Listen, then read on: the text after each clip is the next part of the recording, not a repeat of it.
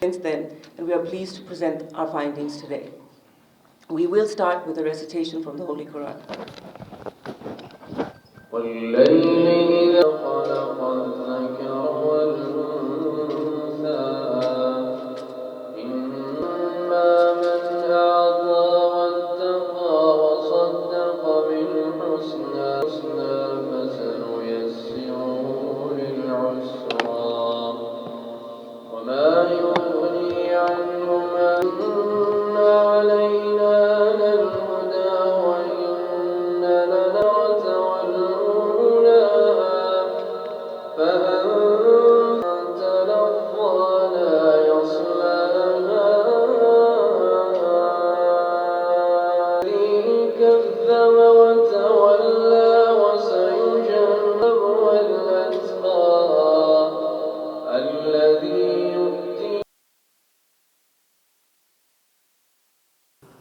We have been doing reports on the observer in many countries, including in Pakistan.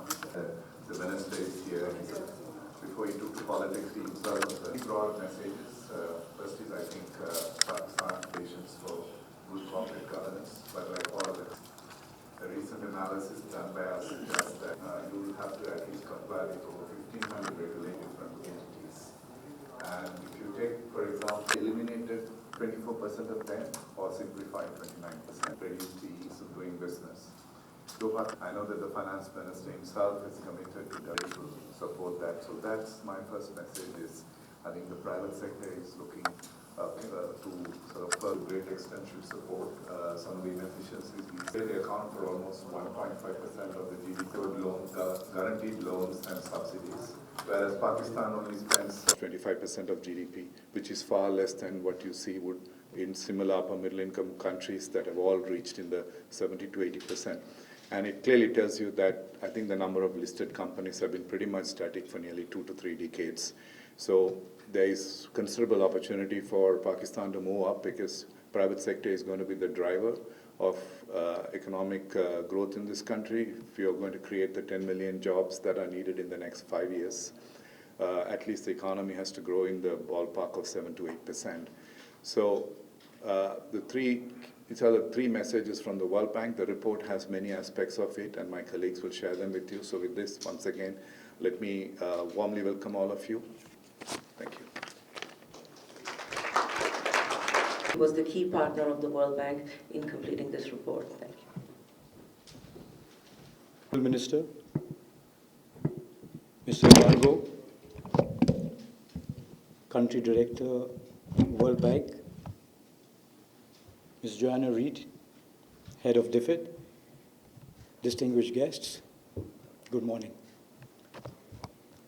It's fairly obvious, some of the advantages of having a good code of corporate governance helps attract FPI, FDI,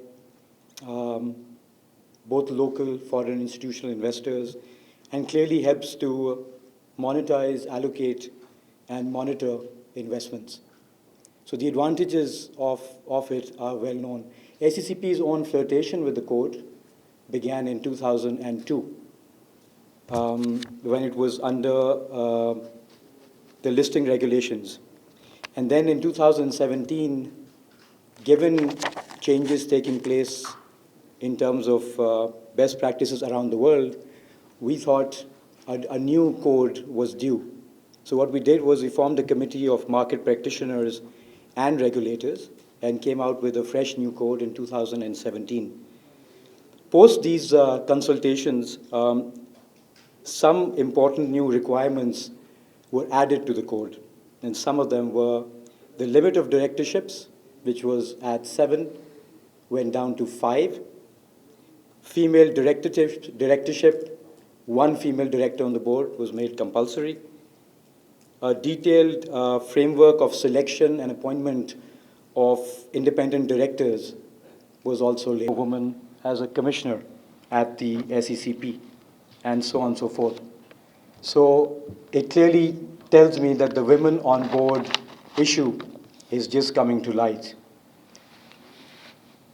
Some of the other amendments that we did in the 2017 code relates to rules for public sector governance, just to ensure that these 280-odd public sector enterprises were better governed.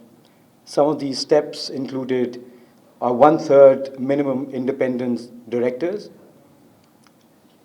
We also introduced proper criteria for directors on how they are selected on the board.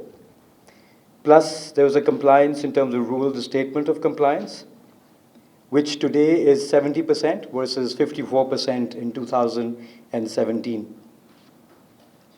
Now, clearly, this is a mindset exercise, the point that governance needs to be a bigger role society. SECP approached the World Bank for a self-assessment under ROSC. While I'm happy to report that we've made significant strides since 2005, when we were initially assessed under ROSC, the overall compliance at that point was 16, clearly a more proactive oversight of the listed companies. And ever since I've taken over, I can tell for a fact that the enforcement side at the SECP needs a lot of work. This is one of my top initiatives in the initial few days. I'm revamping the enforcement side, which I think may have been purposely or purposefully let down over the last few years. Apart from that, in terms of oversight, also trying to actively detect misconduct and following up on suspicious activity.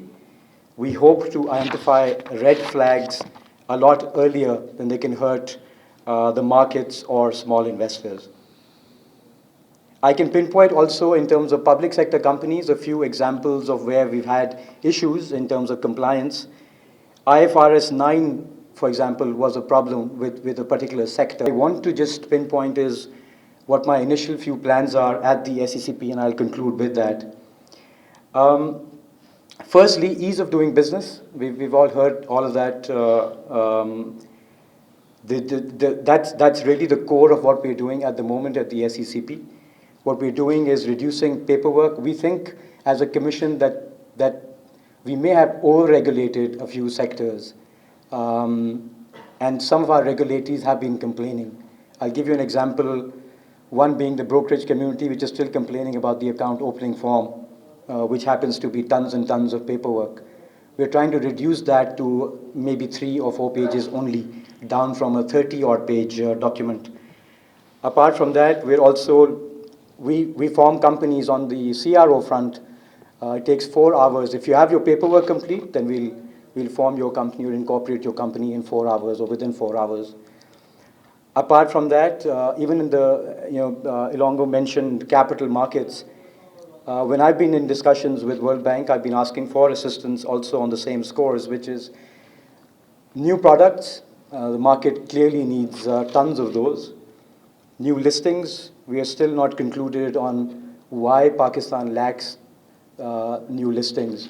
One could be, and this is a comment I get from a lot of people I speak to on listings and what the issues could be, is the low PE multiple in Pakistan. People say they don't want to value the enterprise at only 8 times earnings. Had multiples been higher, we'd probably see more people coming to the fore. Investor education remains a big, to me, stumbling block for market expansion. There are huge pockets of people who hardly trade. We need to bring them to the mantle. SMEs, I was just talking to the World Bank team as well. I remember people used to tell me we should look at Indonesia for both the debt market, which again does not exist, or listed debt market, I meant, and also on SMEs. And I know the PSX is helping us move that forward. The rules and regulations are already in order. I think we're just waiting for the first 1 or 2 companies to come on the board. With that, I'll just conclude. Thank you very much for hearing me out and for coming here. Thank you.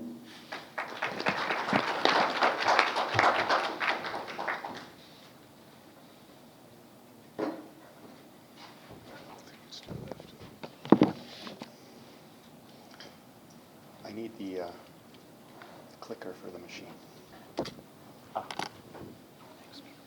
Thank you. Thank you very much to all of you who have come today. Honorable Minister, thank you for coming, for your time. I've been asked to speak very quickly about a complicated report, and I will do my best to try to summarize and really just give a quick snapshot of what the report contains. I will go relatively quickly, and I'm sure many of you will have questions about different aspects of the report. To the extent that there are issues you want to discuss or bring up afterwards, I'd be happy to discuss them during lunch or sometime this week, or please send me an email if there are other things that come up.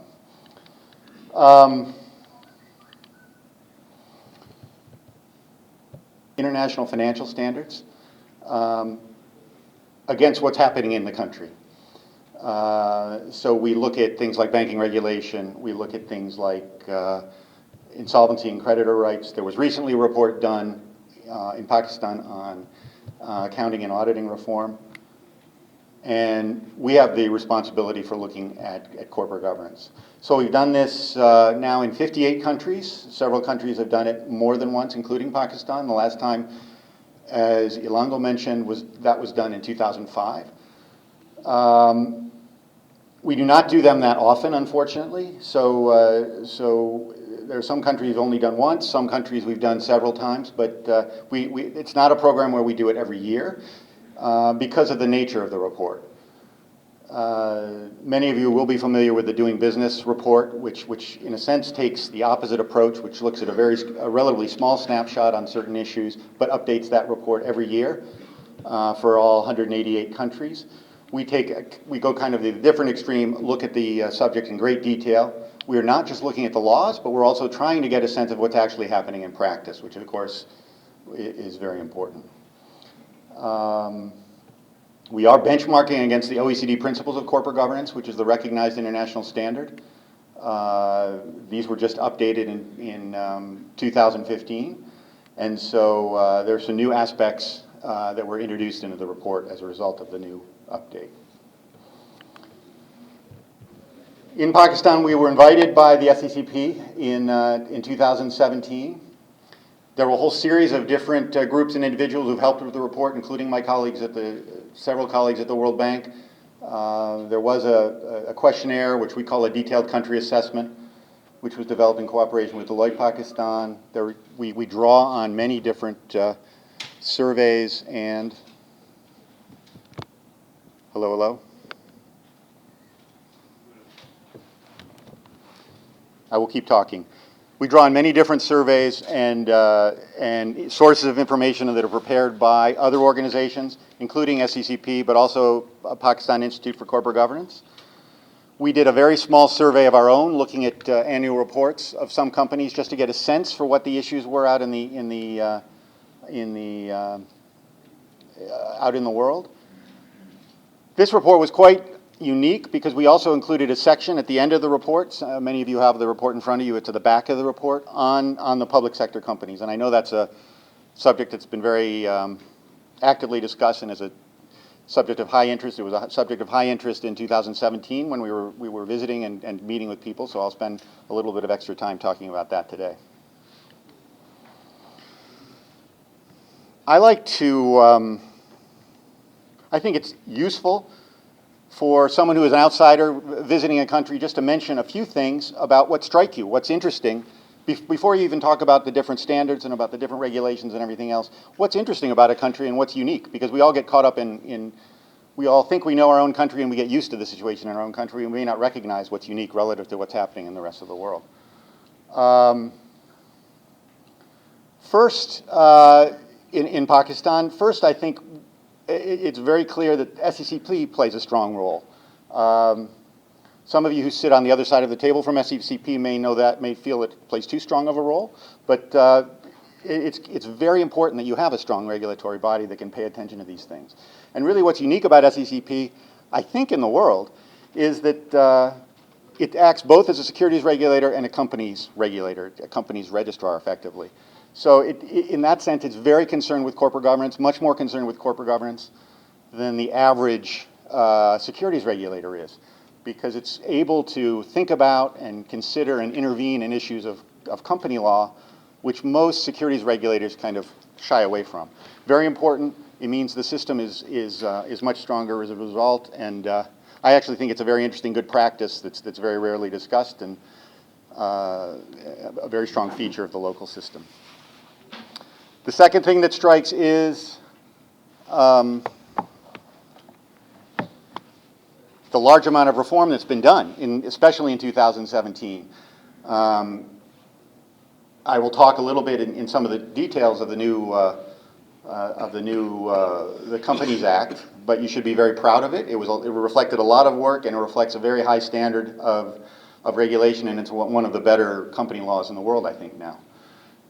There are a few areas where as always, corporate governance reformers like me would quibble with, but or some maybe more than quibble, but they are. It reflects a significant improvement and clarification of the legal framework.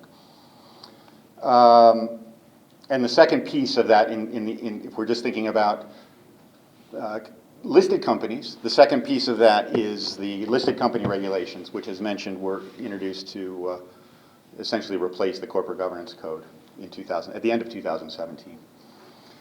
All of this new regulation made actually it quite difficult for us, those of us who were working on the report, because there was a lot of change, and we all had to figure out the change as we were going through the report, and so that made the report somewhat more challenging, but also more interesting.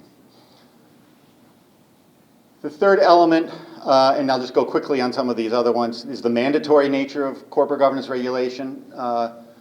Many people in Pakistan still refer to the corporate governance regulation as the code. In most countries, code tends to refer to regulation that is in some sense voluntary, or is, as we say, enforced on a comply or explain basis. But in Pakistan, has made the decision to move away from that, essentially over time, and create mandatory regulation. And it's one of the countries in the world that has taken that step the strongest, and it's a quite interesting example of the challenges of doing that, but also the benefits of doing that.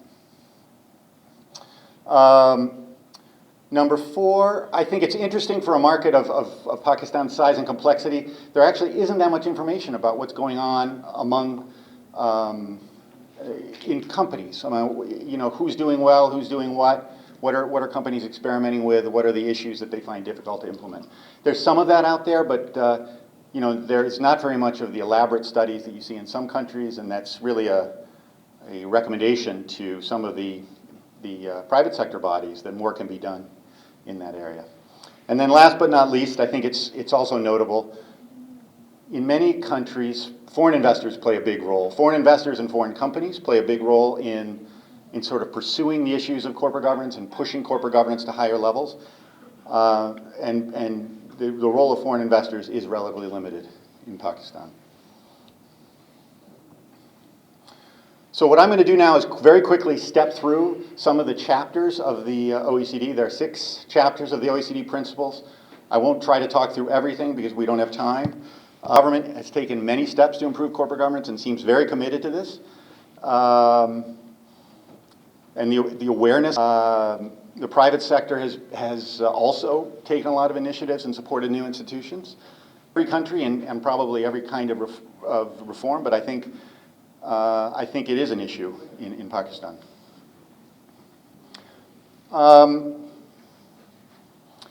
Very briefly, I tend, since I was in Pakistan 2 years ago, I've been thinking about trying to come up with a good theory of corporate. The stars, the ones who win the awards, on the far left are those companies that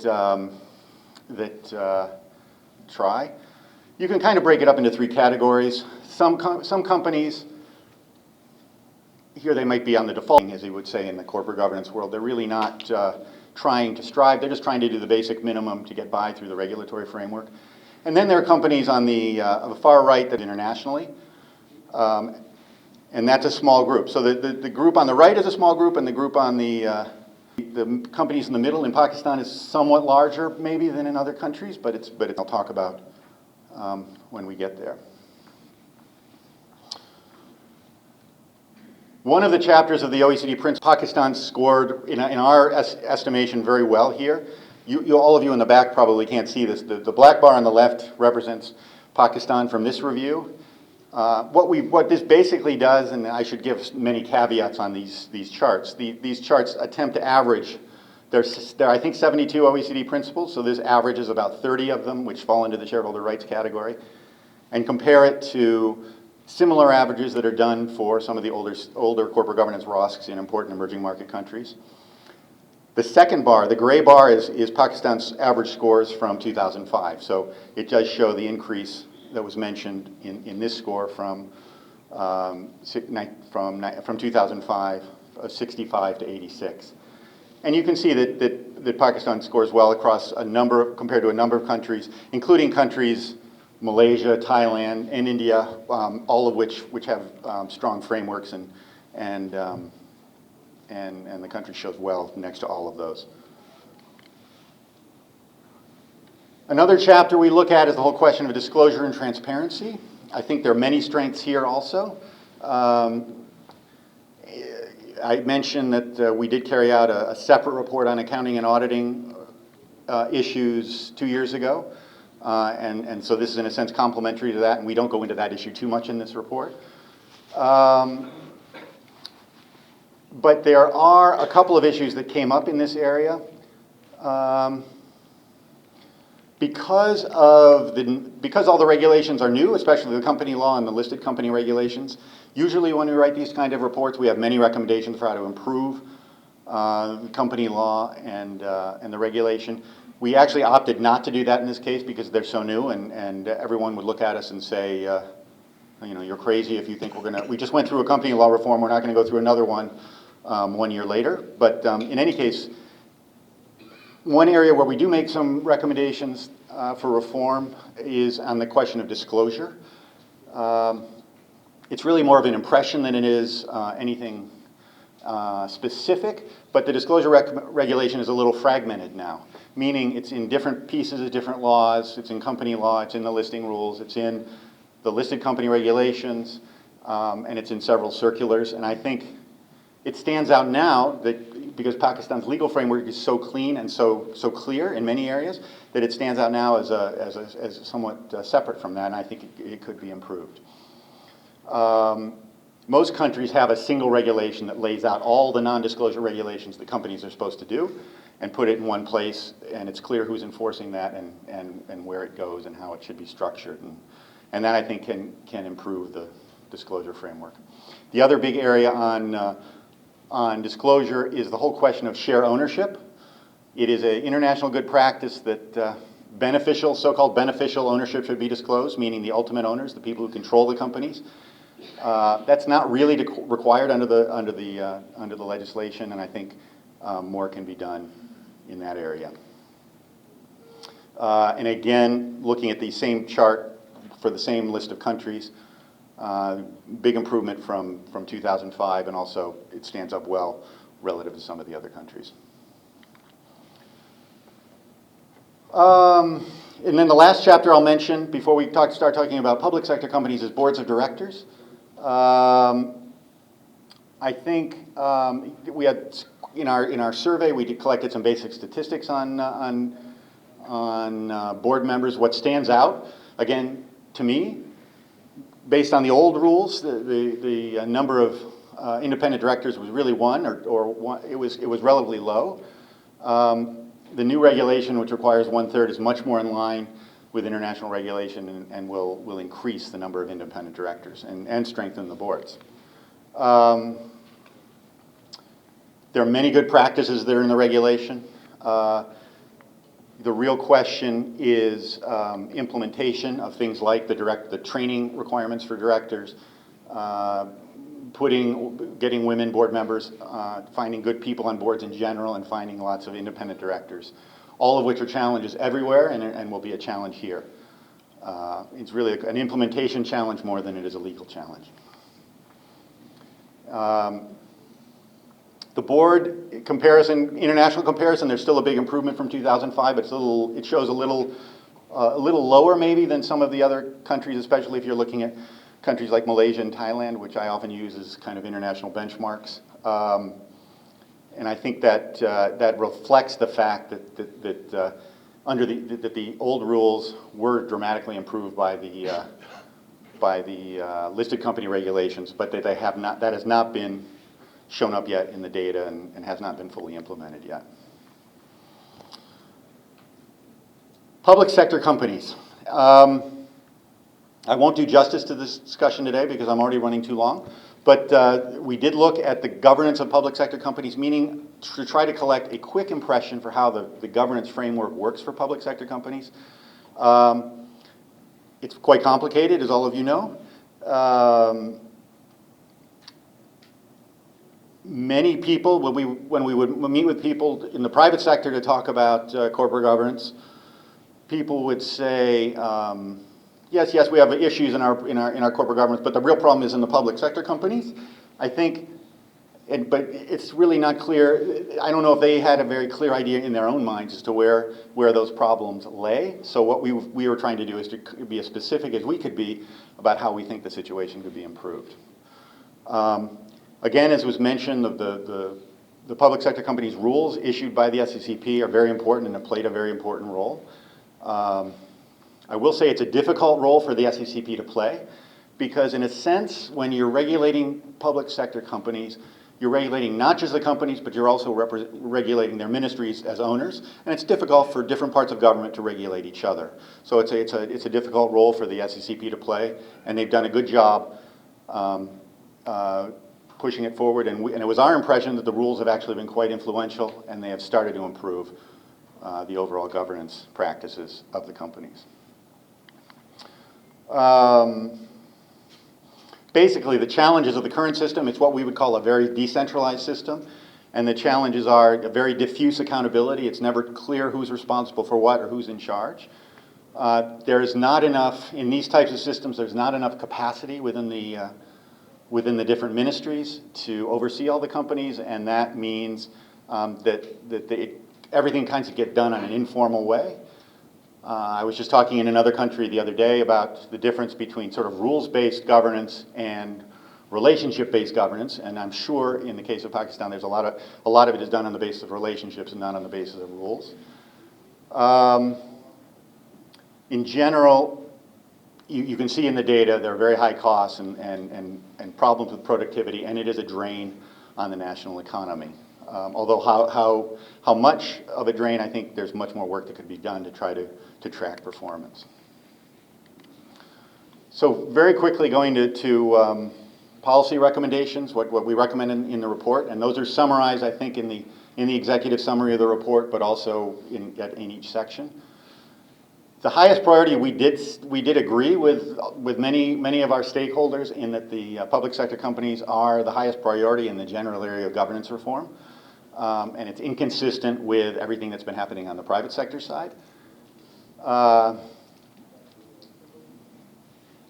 don't know if I'll step through all the recommendations, but it's basically to put much more formality on how the whole governance process works and to create a centralized body for public sector company governance. These recommendations were drafted well before the creation of the holding company, and we'll be very interested to see how all that unfolds.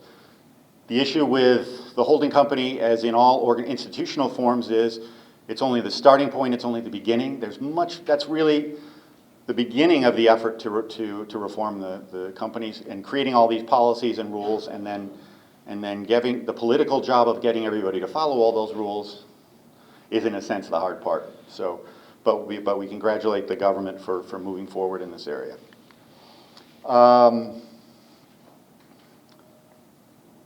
We thought the issues around disclosure were some of the high priority issues, which I mentioned already. In enforcement, I think the SECP can learn a little bit from where we found some areas of lower compliance in the past, at least not, issues around how the code was being enforced. And I think those areas are difficult areas. They're the things that everyone in every country has issues with around succession planning and around risk management and risk governance. Those things are not easy, and they require a lot of investment and a lot of attention, but they're also the areas where I think enforcement pushes can help. We also thought about that it's really more for the consideration of SECP, ideas on how to consider sort of what we call non-traditional areas of enforcement. So maybe thinking about it as a carrot more than a stick, although you maintain the stick, but you also think about the carrot. You encourage adoption of good governance by working with companies, help them improve, and develop other approaches to help companies to differentiate themselves. And I think I'll stop there. Thank you very much. And again, thank you to the whole team who worked on the report.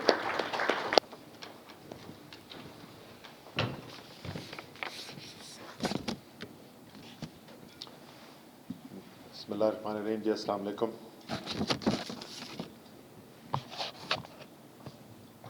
I'd specially requested Elango that I want to sit through the presentation because this is a topic which is of significant interest for me. One of the reasons being what Elango had mentioned, that I come from a corporate background, but also Elango because when the 2017 Companies Law was being made, this was discussed in the Finance Standing Committee of the National Assembly, and there was a subcommittee formed to look at this. And I was a member of that subcommittee. The subcommittee was chaired by an honorable MNA of the ruling party at that time. But while we were reviewing the law, there was this famous case going on. So the chairman of that committee used to have to go out and do press conferences telling the world how bad PTI is. So he used to request me to chair the meeting. So I chaired most of the meetings of that committee, which resulted in this law. And so there's a fair bit of input that has gone in here. I'm glad to hear that overall that change has been looked at and considered to be a move in the right direction, that there is a significant improvement of the code. There is an element of that code which is a bit controversial, but I come to that. Overall, I'm glad to hear that the report says that it is in line with the modern corporate governance practices, and if I heard it correctly, words to the effect of it's one of the better codes available. So that's good to hear. Now, ball in SEC's court to enforce the code. But before I come to the SEC enforcement part, because that is an issue that needs to be discussed, first some comments on the public sector enterprise governance. So as rightly pointed out, the holding company by itself does nothing to improve governance. So it's just a facilitative tool. But why are corporate governance practices so weak in the public sector? And I've been